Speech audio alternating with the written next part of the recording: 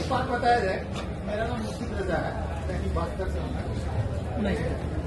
ये जो मोदी यात्रा कर रहे हैं बिहार में बदलाव लाने के लिए, क्या लगता है कि ये जो पार्टियां काम कर रही है वो किस तरह का बदलाव लाएगी? नहीं, देखिए, इस पदयात्रा में मैं हमेशा ये बात बताता हूं कि समाज में सामाजिक राजनीतिक जीवन में ज्यादातर समय आपका और हमारा इस बात पर जाता है कि बिहार में किस दल ने, किस नेता ने अच्छा किया, किसने खराब किया। जन सुराज अभियान में मैं बिल्कुल उलट बात बता रहा हूं। मैं ये कह रहा हूं कि जिसने भी बिहार में शासन किया, जिस नेता ने, जिस दल ने भी यहां शासन किया, उन्होंने जो काम किया या करने का दावा कर रहा है, सभी बात को सही मान लिया जाए। ये मान लीजिए कि कांग्रेस ने 40-45 साल बिहार में विकास किया, जो उनका दावा है। ये मान लीजिए कि 15 साल में लालू जी ने बिहार में सामाजिक न्याय की दिशा में काम किया, गरीबों को, पिछड़ों को आवाज दे दी, यही तो उनका दावा है। मान लीजिए, ये मान लीजिए कि नीतीश कुमार भाजपा के शासन में 18 साल में यहाँ पानी, बिजली, सड़क में थोड़ा सुधार हो गया। लेकिन अगर इन सारे बातों को, सारे दावों को सही मान भी लीजिए, तो भी इस बात से कोई इनकार नहीं कर सकता है कि बिहार आज भी देश का सबसे गरीब, सबसे पिछड़ा, सबसे ज्यादा अशिक्षित, सबसे ज्यादा भूखमरी वाला राज्य है। तो कोई तो ऐसी बात है जो आपको, हमको समझ में नहीं आ रही है। हम 1965 में भी 28वें नंबर पर थे, 1990 में भी 28वें पर थे और 2023 में भी 28वें नंबर पर ही है। जब देश आजाद हुआ तो बिहार देश के 5-6 सबसे अच्छे राज्यों में था। तमिलनाडु और बिहार बराबर के राज्य थे। आज बिहार 28वें नंबर पर है। तमिलनाडु बिहार से 6 गुना बड़ा राज्य बन गया। आज आपके बच्चे जाकर तमिलनाडु में नौकरी मजदूरी कर रहे हैं। कुछ तो ऐसी बात है, क्योंकि तमिलनाडु में भी वही देश का कानून, संविधान है जो बिहार में है। वहां पर भी ये नहीं कोई दावा कर सकता है कि तमिलनाडु में सब नेता हरिश्चंद्र है, वहां भ्रष्टाचार नहीं है। कोई ये दावा नहीं कर सकता है कि केरल में, महाराष्ट्र में, कर्नाटक में जाति नहीं है। इन सब के बावजूद वहां तरक्की हुई है, कम हो या ज्यादा, तरक्की हुई है। बिहार एक ऐसा राज्य है जो पीछे चलता जा रहा है। तो कहीं न कहीं आपको, हमको बिहार के शहरी होने के नाते ये सोचने और समझने की जरूरत है कि ऐसी क्या बात है जो कि बिहार में हम लोग आगे जाने के बजाय पीछे जा रहे हैं। और मेरी जो अपनी समझ है, जो मैंने आपको बताया, इसकी वजह दलों और नेताओं में नहीं है, समाज में है। जब आपको, हमको अपने बच्चों की चिंता नहीं है, तो कोई दल और नेता आपकी और हमारी चिंता क्यों करेगा? आप मोदी जी को देखिए। मोदी जी देश के प्रधानमंत्री हैं। वो गुजरात के भी प्रधानमंत्री हैं, बंगाल के भी प्रधानमंत्री हैं और बिहार के भी प्रधानमंत्री हैं। जब मोदी जी कल परसों बंगाल गए, वहां पर उन्होंने मेट्रो का उद्घाटन किया। अभी 2 दिन के बाद वो गुजरात जाएंगे, वहां सेमीकंडक्टर के फैक्ट्री का उद्घाटन करेंगे। कल मोदी जी बिहार आए थे, उन्होंने यहां जूट मिल, चीनी मिल की बात नहीं की। यहां पर वो क्या बात कर रहे हैं? लालू का डर दिखा रहे हैं कि हमको वोट नहीं दोगे, भाजपा को वोट नहीं दोगे, जंगल राज आ जाएगा। ये पूरे बिहार को हम 5 किलो अनाज खिला रहे हैं गरीबों को, इसलिए वोट दो। हमने मंदिर बना दिया, इसलिए वोट दो। मोदी जी वही हैं, लेकिन अलग अलग राज्य में अलग अलग तरीका लोग अपनाते हैं। क्यों? क्योंकि उनको भी मालूम है कि बिहार में लोग पढ़ाई और रोजगार नहीं मांग रहे हैं। बिहार में लोग 5 किलो अनाज मांग रहे हैं, हिंदू मुसलमान मांग रहे हैं, जाति मांग रहे हैं। तो आपको जातिगत जनगणना मिला। जो चीज आप लोकतंत्र में मांगेंगे वही तो मिलेगा। हम लोग इस पर चिंता करते हैं कि वोट किसको दिया जाए। मेरी अपनी 20 वर्ष की समझ है कि किसको आप वोट देते हैं ये जरूरी नहीं है। ज्यादा महत्वपूर्ण है कि आप वोट किस बात के लिए देते हैं। एक और आपको आंकड़ा दे रहा हूं। जितने दक्षिण के राज्य हैं जो आज देश में आगे हैं, केरल, तमिलनाडु, कर्नाटक, आंध्र प्रदेश, तेलंगाना, कोई भी ऐसा राज्य नहीं है जहां एक व्यक्ति 10 वर्ष से ज्यादा मुख्यमंत्री लगातार रहा हो। लेकिन बिहार में आप देख लीजिए 32 बरस से लालू नीतीश इसके आगे हम लोग देखने को तैयार ही नहीं है। ये इसलिए है कि जाति धर्म के नाम पर बंधुआ मजदूरी हो गई, एक आदमी बन गया, अब वो और उसके बच्चे ही यहाँ पर आगे चलाते रहेंगे। तो नई हवा, नई सोच, नया प्रयास हो नहीं रहा है। इसलिए नहीं हो रहा है कि समाज उसके लिए वोट नहीं कर रहा है। तो जब तक आप समाज में ये सुधार नहीं लाएंगे कि मेरे भाई तुम पाकिस्तान और पुलवामा के लिए वोट दे रहे हो, जबकि तुम्हारे बच्चे जाकर गुजरात में, तमिलनाडु में मजदूरी कर रहे हैं, तो तुम्हारा भला कैसे होगा। जितने मुसलमान समाज के लोग हैं, मैं 18 महीना से पैदल चल रहा हूं, 5000 से ज्यादा गांव में जाने के बाद मैं रोज मंच से कहता हूं कि दलितों के बाद सबसे ज्यादा गरीब, बदहाल, फटेहाल अगर कोई बिहार में है तो मुसलमान है। लेकिन 32 साल से मुसलमानों ने लालटेन का साथ नहीं छोड़ा है। इस 32 साल में मुसलमानों ने कभी ये नहीं पूछा लालटेन से कि आप सड़क मंत्री हैं तेजस्वी जी, हमारे गांव में सड़क क्यों नहीं बना। आप ग्रामीण कार्य मंत्री हैं, लेकिन हमारे गांव की नालियों गलियों की दुर्दशा क्यों है। आप स्वास्थ्य मंत्री थे, हमारे बच्चों के लिए अस्पताल, दवा, डॉक्टर क्यों नहीं है। आप शिक्षा मंत्री थे, हमारे बच्चों के लिए पढ़ाई क्यों नहीं है। मुसलमान इन सारे परेशानियों के बावजूद जाकर उसी लालटेन को वोट दे रहा है। यही हाल भाजपा के वोटर का है। कोई नहीं पूछ रहा है मोदी जी से कि भाई आप देश में इतने बड़ी बड़ी बात कह रहे हैं, बिहार की बंद चीनी मिल, जूट मिल कब चालू होगी ये बताओ।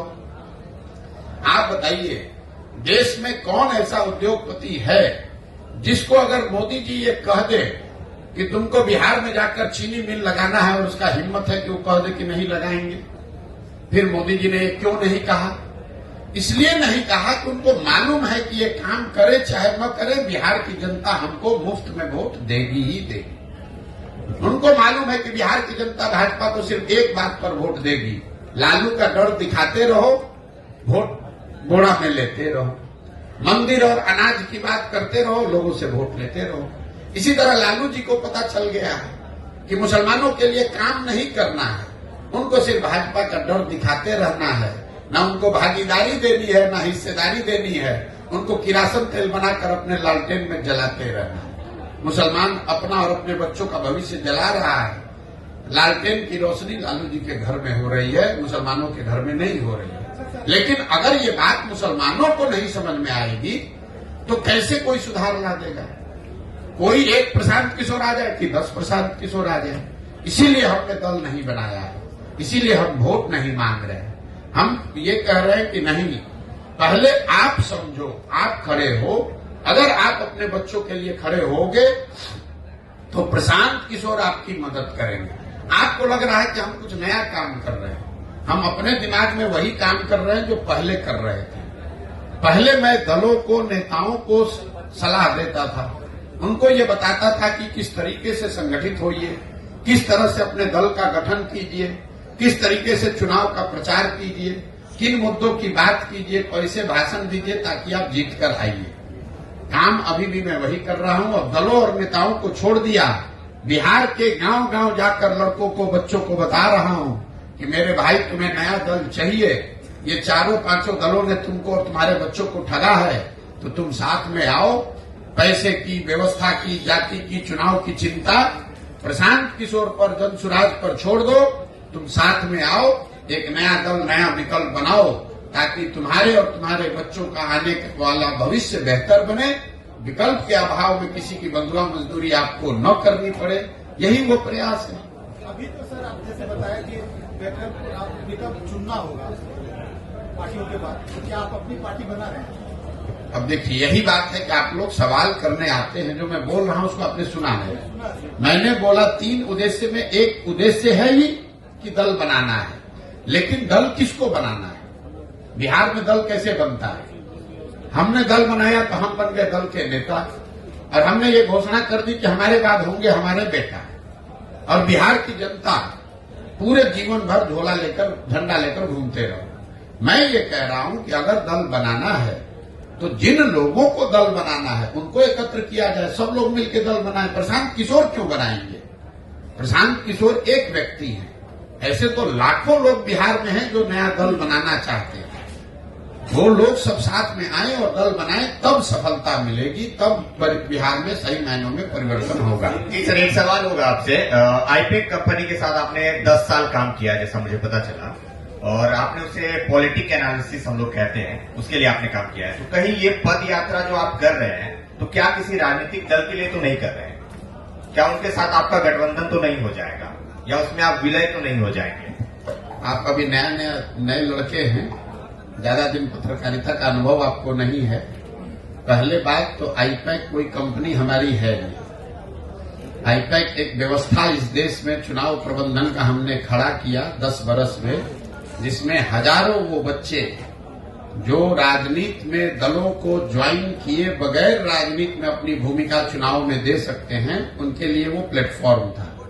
उस काम को 2021 को 2 मई 2021 को सार्वजनिक तौर पर देश के मीडिया के सामने हमने कहा कि अब इस काम को हम छोड़ रहे हैं, और छोड़ने के बाद 2 बरस से बिहार में गांव-गांव में घूम रहे हैं। आपको अभी आप छोटा मोटा कुछ पत्रकारिता करते होंगे, हम आपको 2-4 लाख रुपया देते हैं, जितना पैसा कहोगे उतना देंगे। 10 दिन खाली पैदल चल के दिखा दो, कह रहे हो कि दूसरे पार्टी के लिए कर रहे हैं। 10 दिन 20-20 किलोमीटर चल के खाली तुम दिखा दो, अब पैसा जो कहोगे कैमरे पर कह रहे हैं, जितना पैसा कहोगे उतना देंगे मजदूरी तुमको। हम कह रहे हैं पैसे की बात नहीं, हम आपके साथ चलने को तैयार हैं। आप हमारे साथ मत चलिए। आप ऐसे जो लोग ये कह रहे हैं कि दूसरे दल के लिए काम कर रहे हैं, तो जो दल हमको हायर किया है काम करने के लिए, हमको इंगेज किया है, आपको लगता है कि इतना पैसा कोई दे सकता है कि हम अपना जीवन खपा देंगे पैदल चलने में? यही आपकी समझ है? मतलब हमारी यहाँ देश में किसी के पास इतना पैसा है कि हमको अपना जीवन खपाने के लिए, कभी आपने सुना है कि कोई 2 बरस अपना घर परिवार छोड़कर टेंट में धूल फाक रहे हैं और आप कह रहे हैं कि कोई दल का काम कर रहे हैं? वो दल वाला अपने एसी से नहीं निकल रहा है और हम उसके लिए गांव-गांव में धूल फाकेंगे? हम 10 बरस 1-2 राज्य में नहीं 10 राज्य में मुख्यमंत्री बनाए हैं, कहीं आज तक रोड पर चलने की जरूरत है? उसके लिए हमको कंप्यूटर लेके अपने एसी कमरा में बैठेंगे, वहां से उसको न बोलेंगे कि तुम जाओ रोड पर, हम काहे के लिए जाएंगे भाई? जनता के लिए आप इसका मतलब रोड पे कभी आना नहीं चाहेंगे? तो सर रोड पे जो आप आए हैं, बैठो अभी क्या करते हो? बैठो। ज्यादा जब पत्रकारिता करने आए हैं ना, थोड़ा विषय और सवाल की गंभीरता बनाकर रखिए। जबरदस्ती का बहुत ज्यादा बोलने से विद्वता नहीं छलकती है। हम क्या कर रहे हैं अभी आपको समझने में थोड़ा समय लगेगा, लेकिन आपको इतना ही कहेंगे कि जो हम कह रहे हैं उसको मत सुनिए, जो कर रहे हैं उसको देखिए। अगर आप ही की इतनी समझ होती, अगर 2011 में तुम्हें कहते कि हम देश में चुनाव प्रबंधन का कोई चीज खड़ा कर रहे हैं, जहां बड़ा बड़ा दल और नेता हमारे पास आएगा सलाह लेने की चुनाव कैसे लड़ा जाता है, तो तुम्हारे जैसा आदमी उस समय कहता भैया ऐसा कभी हो सकता है?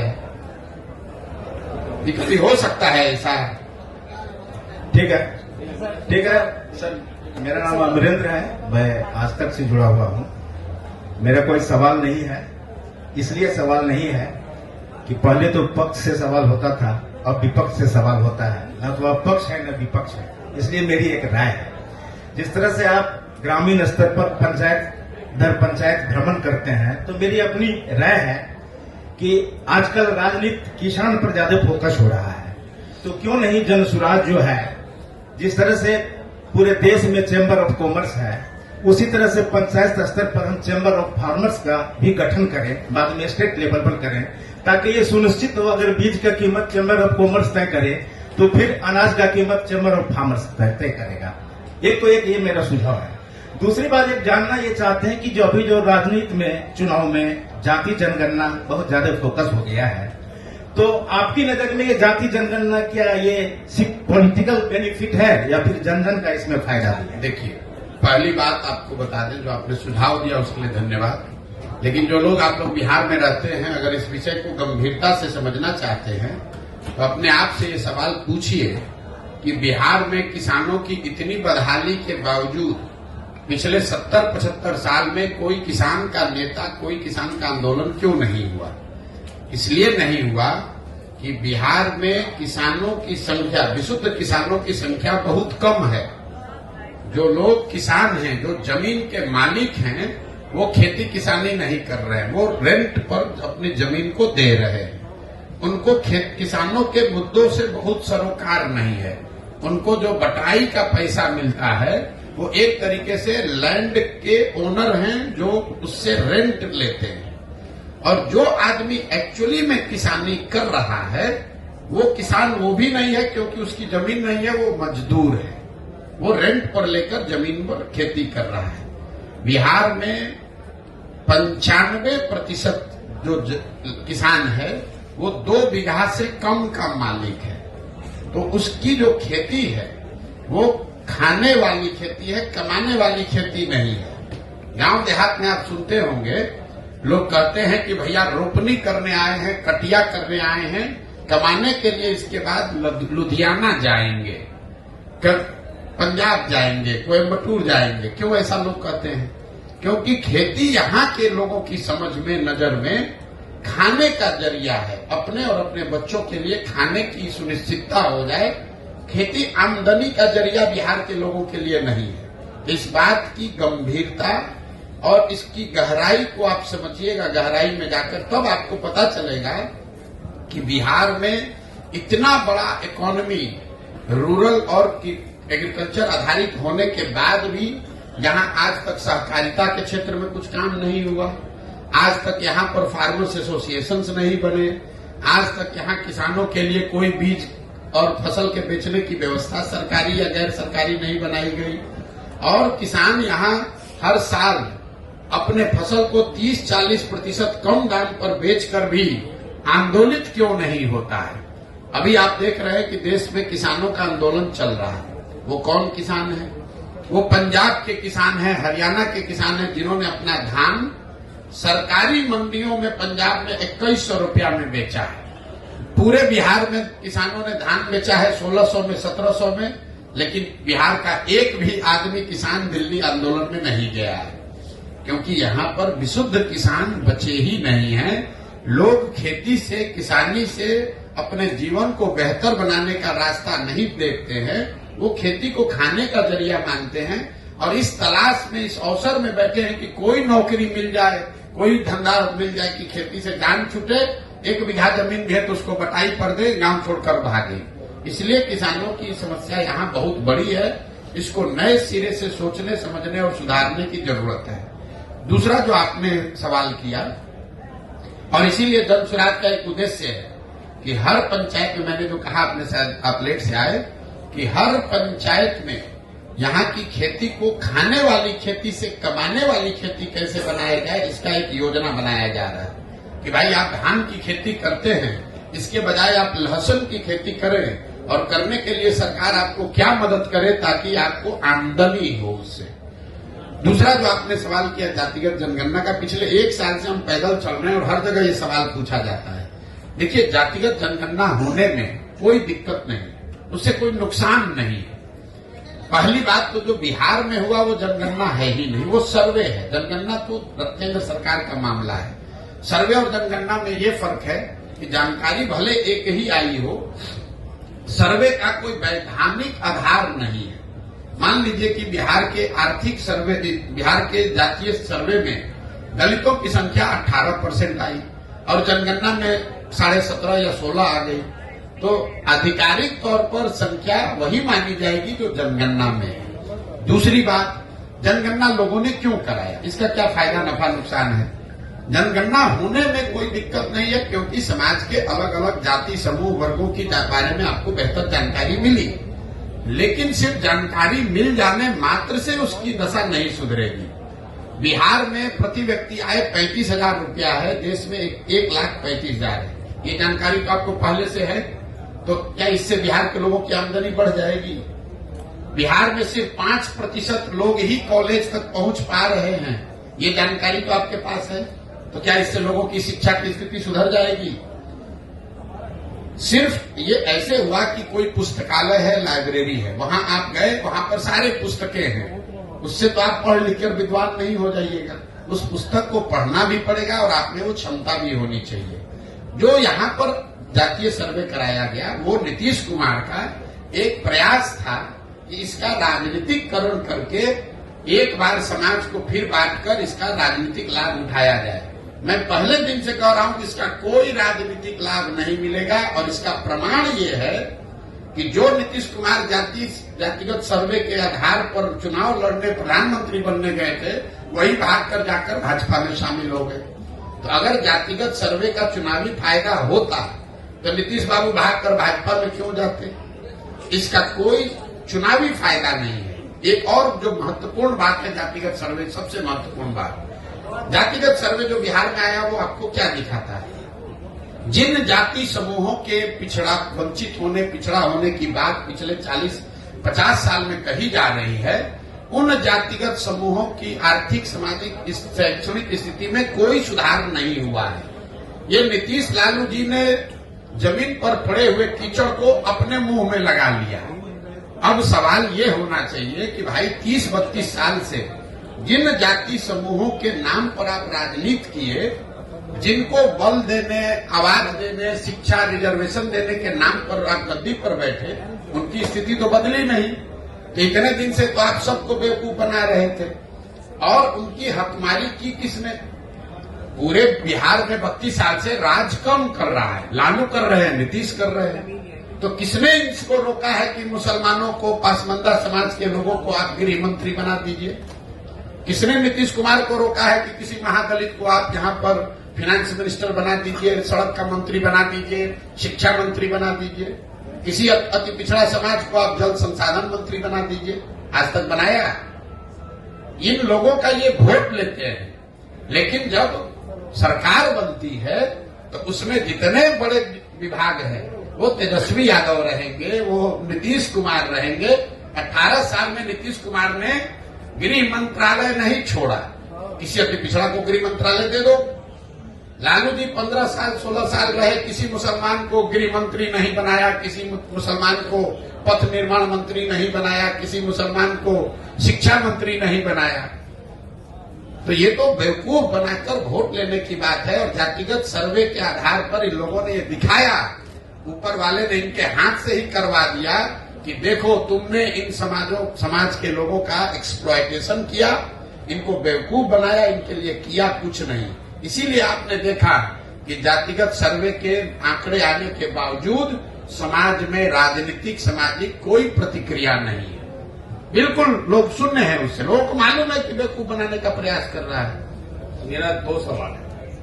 पहला तो आप कटिहार में कल थे, कल आप कटिहार में जी, और वहाँ एक निर्मम हत्या हो जाती है, इस पर कोई प्रतिक्रिया आपकी नहीं आई। दूसरा, आप प्रधानमंत्री नरेंद्र मोदी के बारे में बोल रहे हैं, बिहार के मुख्यमंत्री के बारे में बोल रहे हैं, अब आप पद यात्रा भी कर रहे हैं और कल के डेट में आप एक राजनीतिक दल भी बनाएंगे। क्यों जाएंगे जनता आपके साथ इस पर? बिल्कुल, मैंने आपको कहा कि इस पूरे पद यात्रा के दौरान हम ये कह ही नहीं रहे कि आप हमारे साथ आइए, हम ये कह ही नहीं रहे कि आप हम पर भरोसा कीजिए, हम ये कह ही नहीं रहे कि आप हमको वोट दीजिए। यही भरोसा, विश्वास करके तो बिहार के लोगों ने अपनी ये दुर्दशा बनाई है। अगर आप हम पर भरोसा कीजिएगा, हम पर विश्वास कीजिएगा तो भी आपकी दशा नहीं सुधरेगी। हम ये कह रहे हैं कि आप अपने बच्चों के लिए खड़े होइए। आज तक आप दूसरे का झंडा लेकर चले हैं, आप अपना और अपने बच्चों का झंडा बुलंद कीजिए। हम आपके पीछे खड़े हैं, हम आपको सुझाव देंगे, हम आपको व्यवस्था देंगे, हम आपको संसाधन देंगे, हम आपको चुनाव लड़ाएंगे। लेकिन खड़ा तो आपको होना न पड़ेगा भाई। हमारे पीछे चलिएगा, फिर हम भी आपको ठगेंगे। हम तो ये बात सामने से कह रहे हैं। आप जो ये सवाल कर रहे हैं, आप पर भरोसा क्यों करें? हम भाषण की शुरुआत ही इसी बात से करते हैं कि आप वोट मांगने वालों पर भरोसा करते आए, वो चाहे कांग्रेस हो, आरजेडी हो, भाजपा हो, जदयू हो, सब ने आपको ठगा। अब प्रशांत किशोर आए हैं, हम पर भरोसा करोगे, हम भी ठगेंगे। इसलिए रास्ता ये नहीं है। रास्ता ये है कि आप अपने बच्चों के लिए पहले खड़े होइए। छोड़िए देश का चिंता, देश विकसित होगा कि नहीं होगा उसका चिंता थोड़े दिन छोड़ दिया गया। मोदी जी कह रहे हैं कि 2047 में देश को विकसित बनाना है, इसलिए सब लोग भाजपा को वोट दीजिए। बिहार के लोगों को ये समझना है कि भाई देश विकसित जब होगा तब होगा। आज जो देश में विकास का स्तर है, बिहार के बच्चे वहां पर कब पहुंचेंगे ये बता दो। बिहार में जिस दिन 1,35,000 प्रति व्यक्ति आय हो जाए तब 5 गुना और हम लोग की आमदनी बढ़ जाएगी। पहले वो बता दो। लोगों को ये समझने की जरूरत है कि देश आगे बढ़ सकता है, लेकिन अगर आपके बच्चे नहीं पढ़े, आपके बच्चे अनपढ़ मजदूर रह गए, तो उस विकसित देश में आप मजदूर बनकर लात जूता खाइएगा, गाली सुनिएगा, आपका भला नहीं होगा। इसलिए हम जन सुराज में रोज क्या कह रहे हैं कि देश के लिए नहीं, ये साधारण बात नहीं है, कोई नहीं कह सकता है। हम रोज डंके की चोट पर कह रहे हैं कि देश के लिए नहीं, राज्य के लिए नहीं, समाज के लिए नहीं, जाति के लिए नहीं, किसी विचारधारा के लिए नहीं, सिर्फ और सिर्फ अपने और अपने बच्चों के भविष्य के लिए वोट दो, तब बिहार सुधरेगा। जिसको भी वोट दो उससे अपने बच्चे के लिए पूरा सौदा, खरा सौदा करो। अपने जात वाले को देना चाहते हो उसको दो, मोदी जी को देना है दो, लेकिन अपने बच्चों के लिए रोजगार मांगो, पढ़ाई मांगो। पुलवामा के नाम पर मोदी जी को वोट मत दो। गुजरात में बुलेट ट्रेन बन रहा है, उस नाम पर मोदी जी को वोट मत दो। बिहार में जिस दिन एक्सप्रेस ट्रेन, पैसेंजर ट्रेन चले, उस नाम पर वोट दो, तब सुधार होगा। यही बात बता रहे हैं।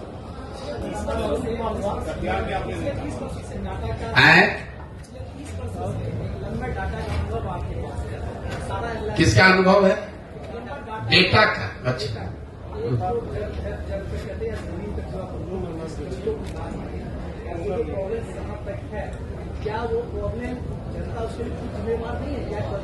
अब इतने देर से तो यही बात समझा रहे हैं भाई कि जनता जिम्मेवार है। जनता जिम्मेवार है ऐसा तो नहीं मानूंगा। मैं ये कह रहा हूं कि जो आपकी स्थिति है, अगर आप 500 रुपया लेकर मुखिया के चुनाव में वोट देंगे, विधायक को वोट देंगे, तो वो मुखिया और वो विधायक, उससे आप ईमानदारी की अपेक्षा नहीं रख सकते हैं। ठीक है, उसको लेकिन वोट कौन देता है? तब जाए, ठीक बात कहे।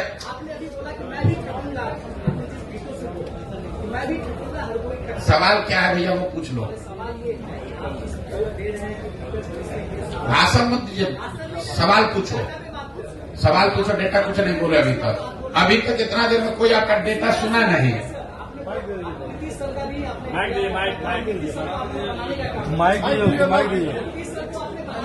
अरे माइक लेके बोलो ना आराम से भैया। सवाल क्या है, पूछो। डेटा का जो अनुभव आपके पास है हर चीज का, कहाँ जनता के पास क्या प्रॉब्लम है, कौन क्या चाह रहा है, कौन क्या कर रहा है, ये बहुत बड़ा एनालिसिस है। और जो एनालिसिस पे ही हम कुछ कर सकते हैं। और आप अभी बोल रहे थे नीतीश सरकार का भी आपने डेटा दिया, और नीतीश सरकार में कहीं न कहीं जो बनी पिछले बार, उसमें आपका बहुत बड़ा योगदान है। और ये अचानक ये बदलाव कि आप खुद मैदान में आ गए, बिहार में पदयात्रा शुरू कर दी और लोगों को अलग जगाना शुरू कर दिए, एक बड़ा बदलाव चाहिए यदि आप उससे निकलना चाहो। बच्चों की क्या है? मैं चाह रहा हूँ ये जो चेंज की बातें आप कह रहे हैं, बता रहे हैं निकट भविष्य में जो चुनाव होने वाला है उसकी एक बड़ी तैयारी हर कोई कर रहा है। उसका एक पार्ट आप भी हो सकते हैं, या हर मोदी जी भी, हर कोई एक पार्ट है। बट सवाल क्या है, ये आपकी बार पूछ रहा हूँ, सवाल क्या है? ये आपकी क्या ऑथेंटिटी है निकट भविष्य में जो लोग बदल जाएंगे, जो बड़े बदलाव के लिए आप निकल चुके हैं पूरे बिहार में, इसे क्या लग रहा है, कितना परसेंटेज लोग बदलेंगे आपकी इस पदयात्रा से? मेरे भाई, हमारे पास कोई थर्मामीटर है नहीं कि हम ऐसे लगाएं और बता दें कि कितना परसेंट आदमी बदल रहा है, कितना परसेंट आदमी नहीं बदल रहा है। हमारा काम है कि जिस विश्वास से, जिस विचारधारा को लेकर, जिस सोच को लेकर हम चले हैं, उसको ईमानदारी और शुद्धता से हम करें। हमारा वो काम हम कर रहे हैं। अब ये समाज पर है कि इसको देखे, जांचे, सवाल करे, मूल्यांकन करे। उसको अगर सही लगे तो इससे जुड़ेगा, नहीं सही लगेगा तो नहीं जुड़ेगा। आप भैया सवाल अभी कुछ पूछ रहे थे, कुछ पे आ गए। मेरे भाई ऐसा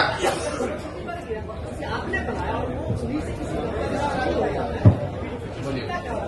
मेरा सवाल बिहार हम सवाल डॉज किसी का नहीं करते हैं, लेकिन आप सवाल पूछिएगा तभी तो जवाब देंगे। आप भाषण देना चाहते हैं तो भाषण दे दीजिए। मेरा सवाल बिहार के न्याय व्यवस्था और शिक्षा से रिलेटेड होगी। सवाल कुछ ये जानते हैं कि आप एक रणनीति सवाल को बनाया है, तो सर बिहार के पद यात्रा से पहले जब भी आपने कई सरकारों को हेल्प किया, रणनीति बनाई, तो उसमें आप इन सब चीजों को क्या उन्हें नहीं बताते थे या आने का मकसद क्या था? देखिए, अब इन्होंने कहा, इनका सवाल है कि आप क्या पहले की सरकारों को ये इस तरह के मुद्दे नहीं बताए हैं जिनको कि आप मदद करते थे। और एक सवाल है 2015, एक सवाल एक ही आदमी पूछो भाई। अरे रुक जाओ सवाल। ठीक है सर। आपने पीछे से भाई साहब पूरा एजिटेटेड होकर रहे कि आपने नीतीश को बनाया, तो 2015 में नीतीश कुमार की जिनकी मदद मैंने की, तो 7 निश्चय का एक प्रोग्राम भी बनवाया। तो जो आपका सवाल है कि पहले नहीं बताए थे, पहले बताए थे। 7 निश्चय नीतीश कुमार की सोच नहीं है, प्रशांत किशोर की भी सोच नहीं है। 40,000 गांवों में घूमकर देखकर जो लोगों की समस्या समझ में आई, उसके आधार पर 7 निश्चय का गठन किया गया। ये तय किया गया कि ये 7 मुद्दे जनता चाहती है कि ये किया जाए। उस काम को कराने के लिए बिहार विकास मिशन की स्थापना भी करवाई, लेकिन जिसको आपने चुनकर वो जिम्मेवारी दी, अगर 7 निश्चय वो लागू नहीं किया, तो मेरा नागरिक होने के नाते ये फर्ज नहीं है कि हम सवाल उठाएं। अगर बिहार के हर 18 से 35 साल के बच्चे को बेरोजगारी भत्ता के तौर पर 1,000 रुपया मिलता, तो क्या ये बेहतर नहीं होता? वही बात तो आज उठा रहे हैं। अगर बिहार के हर नाली गली का पक्कीकरण हो जाता है, तो बिहार की स्थिति नहीं सुधरती, वही बात बता रहे हैं। अगर बिहार के हर गांव घर में नल से पानी पहुंच जाता है, तो बिहार के लोगों की दशा नहीं सुधरती, वही बात बता रहे हैं। तो नई बात क्या बता रहे हैं? ये काम पहले नीतीश कुमार को बताया कि भैया आप इसको कीजिए, आपको जिताने में मदद करते हैं, उन्होंने नहीं किया। तो अब हम जनता को बता रहे हैं कि भैया ये तो नहीं किए, हम लोग साथ में, आप लोग आइए, सब लोग मिलकर दल बनाइए, हम जिताते हैं आपको, फिर तब हम लोग अपना काम करेंगे। मैं अरुण कुमार हूँ, मैं करस्पॉन्डेंट हूँ। मेरा पूरे देश में परिवारवाद का मामला चल रहा है, इससे आप किस रूप में देखते हैं? परिवारवाद की जो स्थिति है, ये वो दीमक है जो राजनीति को, लोकतंत्र को कमजोर कर रहा है। लेकिन परिवारवाद का मतलब ये नहीं है कि लालू जी का लड़का राजनीति में आ गया कि सोनिया गांधी का लड़का आ गया। परिवारवाद को अगर आपको समझना है तो बिहार की स्थिति को आप जरा देखिए। बिहार का एक आंकड़ा दे रहे हैं, इसको याद समझ लीजिए। बिहार में पिछले 30 वर्ष में जितने लोग सांसद विधायक बने हैं, चाहे वो किसी भी दल के हैं, किसी भी दल का सांसद विधायक है 30 वर्ष में, सबका सूची बनाइएगा तो आपको पता चलेगा कि बिहार में सिर्फ 1250 परिवार के लोग ही विधायक और सांसद बने हैं। बिहार में की आबादी है 13 करोड़, यहाँ रहते हैं 3.5 करोड़ परिवार, लेकिन सिर्फ और सिर्फ 1250 परिवार के लोग ही विधायक सांसद बने हैं। इसका मैं आपको एक उदाहरण दूंगा, आपको समझ में आएगा। आपको हमको लग रहा है मोदी जी आकर बोले कि लालू जी परिवारवाद कर रहे हैं, लालू जी कहेंगे ना ना तुम्हारे पार्टी में भी परिवार, भाजपा में भी परिवारवाद वाले लोग हैं, हम दोनों को हटा रहे हैं किनारे। आप एक उदाहरण देखिए बिहार के नजरिए से। भाजपा में अभी प्रदेश अध्यक्ष है सम्राट चौधरी जी, उप मुख्यमंत्री इस राज्य के। सम्राट चौधरी जी कौन है? इनके पिताजी का नाम है शकुनी चौधरी। जब इस राज्य में कांग्रेस का शासन था आज से 35 साल पहले, तो शकुनी चौधरी जी कांग्रेस की उस सरकार में विधायक और मंत्री थे। फिर जनता ने कांग्रेस को हटाया, लालू जी की सरकार बनाई, तो लालू जी के भी सरकार में शकुनी चौधरी विधायक और मंत्री बने। फिर जनता ने लालू जी को हटाया, नीतीश जी की सरकार बनाई, नीतीश जी के भी सरकार में शकुनी चौधरी विधायक और मंत्री बने। फिर जनता ने नीतीश कुमार को हटाया, मांझी जी मुख्यमंत्री बने, उसमें भी शकुनी चौधरी विधायक और मंत्री थे। आज जब देश में भाजपा दिख रही है, तो भाजपा को भी कोई दूसरा कुशवाहा लड़का नहीं मिला, उनको भी शकुनी चौधरी का लड़का ही मिला है। ये आपको क्या दिखाता है? ये आपको हमको लगता है कि हम कांग्रेस को हटाए, लालू को लाए, लालू को हटाए, नीतीश को लाए। एक ही परिवार का आदमी है, सरकार चाहे किसी की हो। और मैं आपको सिर्फ एक उदाहरण दे रहा हूं। आप किसी भी बिहार के विधानसभा क्षेत्र को उठा लीजिए, किसी विधानसभा और लोकसभा क्षेत्र में पिछले 30 वर्ष में 4-5 से ज्यादा परिवार के लोग न चुनाव लड़े हैं, न जीते हैं, न हारे हैं। तो जब तक इस व्यवस्था को नहीं बदला जाएगा कि विधायक का लड़का विधायक बने, मंत्री का लड़का मंत्री बने, तब तक सुधार नहीं होगा। आप इसको समझिए। अगर सुनील गावस्कर का लड़का ही क्रिकेट खाली खेलता तो हमने अपने सचिन तेंदुलकर को कहां देखा होता। अगर सचिन तेंदुलकर का लड़का ही टीम में रहेगा तो विराट कोहली कहां से आएंगे। अगर विराट कोहली ही खाली रहेंगे, उनका लड़का रहेगा, तो सूर्य कुमार यादव कहां से आएंगे। ये लोकतंत्र इसलिए बना हुआ है कि जिसमें भी क्षमता है वो आगे आए, समाज का नेतृत्व करे। बिहार में राजनीतिक बंधुआ मजदूरी ने लोकतंत्र को ही करीब करीब खत्म कर दिया है। 1000-1200 परिवार के लोगों ने जाति धर्म के नाम पर, पैसे और बाहुबल के नाम पर पूरी व्यवस्था को हाईजैक कर लिया है। किसी की सरकार बने, वही आदमी विधायक मंत्री बन जाता है। फिर आप और हम कह रहे हैं कि बिहार में परिवर्तन नहीं हो रहा है। अब शकुनी चौधरी अगर 30 वर्ष में कांग्रेस के राज में, लालू जी के राज में, नीतीश के राज में सुधार नहीं कर पाए, तो अभी भाजपा के साथ जुड़कर कैसे सुधार कर देंगे। ये बात समझने की जरूरत है। इसलिए जनसुराज में नीचे से वैसे लोगों को खड़ा किया जा रहा है जिनके बाबूजी विधायक नहीं है तो कोई बात नहीं है, आपके पास पैसा नहीं है तो कोई बात नहीं है, आपके पास अगर समाज की समझ है, आप में जज्बा है, नियत है, बिहार को सुधारने की मंशा है, तो आप जनसुराज से जुड़िए। बाकी चिंता जनसुराज आपके बिहार में करेगा। बहुत बहुत धन्यवाद भैया, खत्म कीजिए, मेरे दिन बचल था। Last question sir. मेरा नाम फैसल कलीम है, मैं सीमांचल डायरी से हूँ। मेरा स्पेसिफिक सवाल है सीमांचल को लेकर, क्योंकि आपने बार बार अपने भाषणों में ये जिक्र किया है पलायन बिहार की एक बड़ी समस्या है, तो सीमांचल की भी एक बड़ी समस्या है। जब हमने इसको डिग किया तो इसमें सबसे बड़ा कारण हमें फ्लड नजर आता है। तो आपके पास कोई ऐसा रोड मैप है? देखिए, ऐसा है, फ्लड सिर्फ सीमांचल की समस्या नहीं है, कोसी में भी फ्लड की इतनी ही समस्या है। नेपाल से लगता हुआ पूरा जो एरिया है, सीतामढ़ी, शिवहर, वहां पर भी फ्लड की समस्या है। बिहार में 50% जो यहाँ के प्रखंड है वहां फ्लड की संभावना है, या वहां उसका फ्लड का डर है। पलायन बिहार में हमने देखा, जहां पर फ्लड आ रहा है, जहां नहीं आ रहा है, पलायन हर जगह। ऐसा नहीं है कि जिस प्रखंड में, जिले में बाढ़ नहीं आ रहा है वहां पर उद्योग धंधा चल रहा है, वहां से पलायन नहीं हो रहा है। फर्क इतना है कि जिन प्रखंडों से, जिलों से में बाढ़ आ रहा है वहां पर पलायन का स्तर 60-70% है। जहां पर बाढ़ नहीं आ रहा है वहां का पलायन 40-50% है। तो जल संसाधन को लेकर बिहार में एक नए समुचित होलिस्टिक प्रयास की जरूरत है, क्योंकि सिर्फ बाढ़ की समस्या नहीं है। 50% प्रखंड में बाढ़ है, करीब 25% प्रखंड में, बचे हुए 25% प्रखंड में जल जमाव की समस्या है। आप जब गोपालगंज से पैदल चलेंगे तो गोपालगंज, सिवान, छपरा, वैशाली, समस्तीपुर जो एरिया है, बीच मध्य बिहार जो है, इसमें कोई ऐसा पंचायत नहीं है जहां 2-4-5 हजार एकड़ जमीन में परमानेंट पानी न लगा हुआ है। इसी तरीके से 1/3 जमीन में सूखे की समस्या है। तो परेशानी यह है कि आधी जमीन में बाढ़ है और आधा जो जमीन ठीक है उसके आधे में या तो जल जमाव है या सूखा है। तो जब तक यहाँ जल प्रबंधन की व्यवस्था समुचित तरीके से ठीक नहीं की जाएगी, तब तक सिर्फ बांध लगाने से, बाढ़ रोकने से बात बनने वाली नहीं है। तो और एक चीज और आपको बता दें, आप लोग पत्रकार हैं, आपके लिए जानकारी का विषय है। बिहार में भ्रष्टाचार हर विभाग में है, लेकिन जल संसाधन से ज्यादा भ्रष्टाचार कहीं नहीं है। इसका प्रमाण क्या है, हम आपको बता देते हैं। यहां चाहे किसी गठबंधन की सरकार रहे, सारे विभागों का बंटवारा होता है। 2 विभाग ऐसे हैं जिसका मुख्यमंत्री रहता है वही रहता है।